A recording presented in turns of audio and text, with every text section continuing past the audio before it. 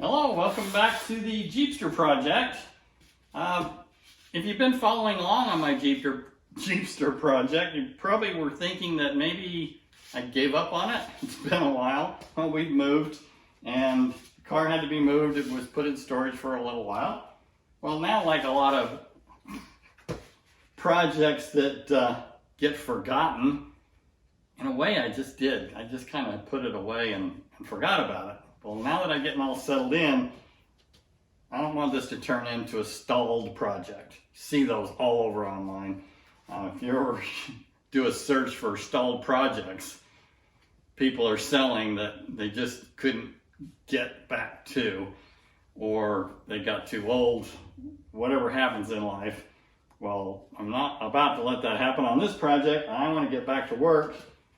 When I put it away, I completely assembled everything on the body so that I would know where everything was. I don't want it ending up in boxes and getting stored away and misplaced.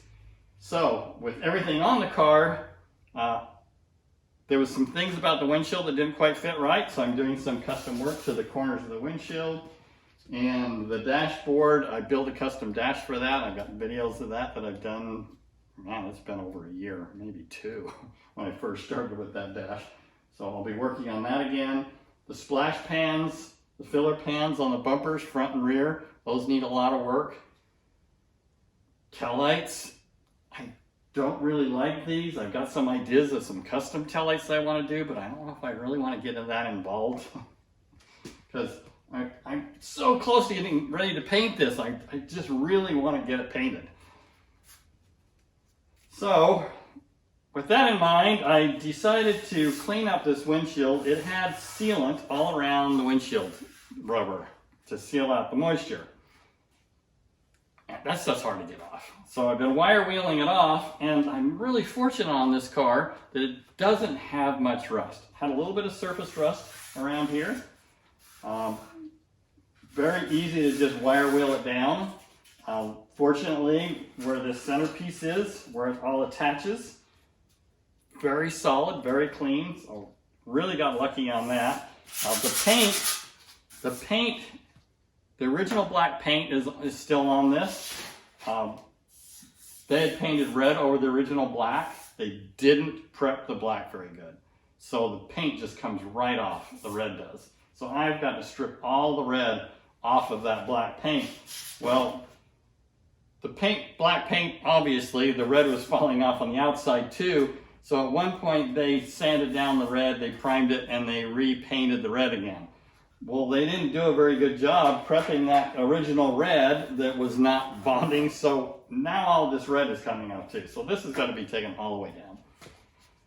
So then you start looking at, okay, well, if this channel needs to be cleaned up, it's got adhesives and fillers and light rust, it really makes the most sense to just sandblast this part down. Well, there's nobody in my area that can do it.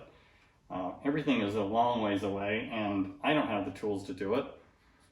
I could buy it, so then I'd start looking at doing that. And by the time I do all that, I can have this done. Just wire wheel it, sand it, clean it all up, and be done with it. So that's what I started doing. And I found some little rust holes. It just blows my mind because this piece is just so clean. There's just no rust anywhere. Just some minor surface rust. The same with the body. A few pinholes in the floor. Just no rust. And with it being a convertible, it just never got wet. That's mainly the reason why it didn't rust. But there are 3 or 4 pinholes right here, all the way through. Obviously from the back side, because it's not really pitted on the outside. So somehow, some way, just super thin metal, whatever, but it's rusted from the back side.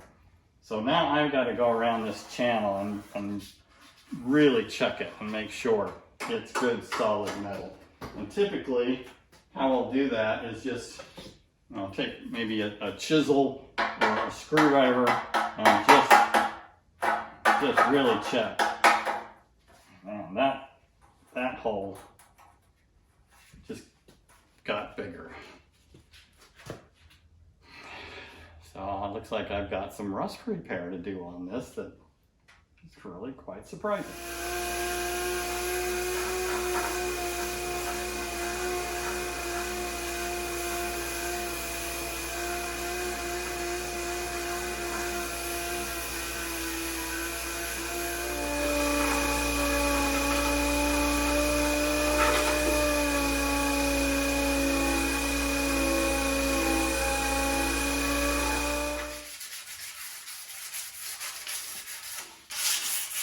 So while I'm sanding away here, getting this all prepped and ready, it made me start thinking about schedules when it comes to your project, because so many projects do end up just kind of shelved, set aside, and often forgotten. If you want to get your stalled project going, just try to schedule time to just do a little bit at a time. It's like this windshield. It seems so overwhelming, knowing all the work that was going to go into this, to just really struggle to get it going. It's just do it. I finally just can't take it off. Just get this all sanded down. And in the end, I probably spent 2 hours, and this is pretty much ready. I still have the little rust holes that I've got to fix, but now that I've got all the paint off and all the gunk off and all the little surface rust, it really wasn't that bad of a project. So if you're going to just try to schedule, whether it be once a week or once a month, maybe a weekend a month, or just a few hours to just keep a project going forward, it just feels good to me. But now as I'm getting everything cleaned up, I was really worried about this centerpiece being rusted, a lot of little intricate overlays of metal. It's all solid. These kind of things, if you have to stop and replace this piece, or maybe weld in some filler pieces or something, they can just become so time consuming. But this is just perfect. To only have to have this one little spot to have to repair, that's great. So now as we look up really close along this area of the windshield, you can see, I mean, just ever so small of little rust holes. But what it had done is it had pitted all along this edge. This is pretty thick metal. It's amazing that it was actually able to pit all the way through. So I will just get out my acetylene welder, my torch, and I'm going to heat this area up and just put a little bit of metal in here like you would do with a TIG welder.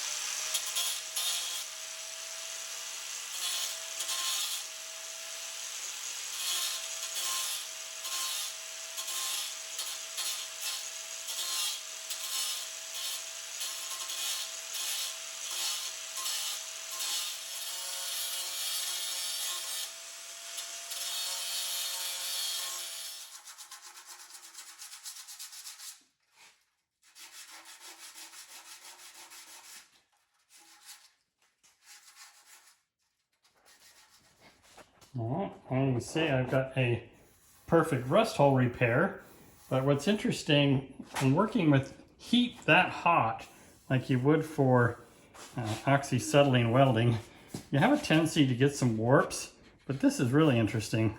There's a kink, it just popped up right here, and it's a straight line. I've had warps and things that kind of move around funny, but I've never had anything move like that. I'll just bump that down with my hammer. And then just put some glazing filler over all this area. And this will be finished up.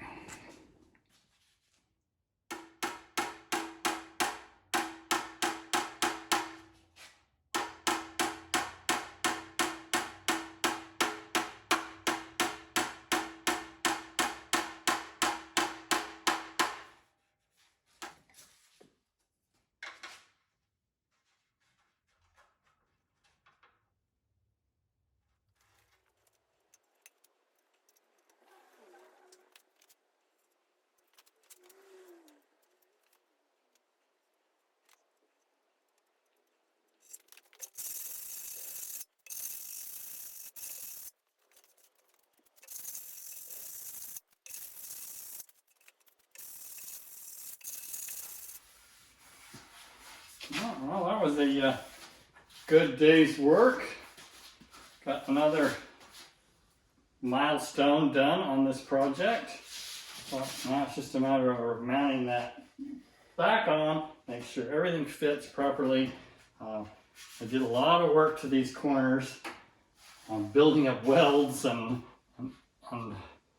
modifying it, extending it.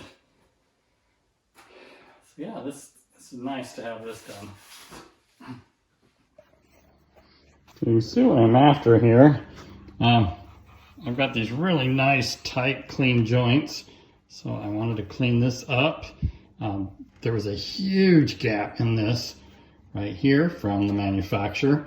I've added about 1/4 of an inch material to the actual header panel, and then I've actually added it onto the fender as well.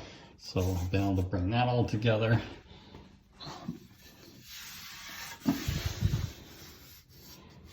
This is all nice fit.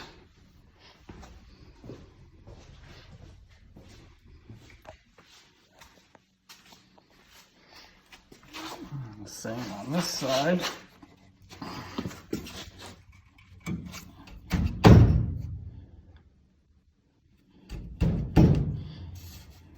And as I roll this windshield back, you can see how it all fits better too. So I need to literally bolt this whole windshield down. There's like 1, 2, 3, 4, 5, probably 10 bolts that hold this on. I'll get that all bolted down and make sure it's a perfect fit. You can see right now there's a pretty big gap there, so I've got to get that all lined up. And then I can get this in primer. All right, we have success. Everything fits nicely. Looks real smooth. Gaps are good. So this is ready for primer. I need to pull this back off then, get it primed. The grill shell needs another coat of primer. And then I've got a whole bunch of work to do to this dash. So I'll take it all back apart and then start tying all this together with the new dash. It's pretty awesome. All right, thanks for watching. Appreciate you tuning in. Till next time, goodbye for now.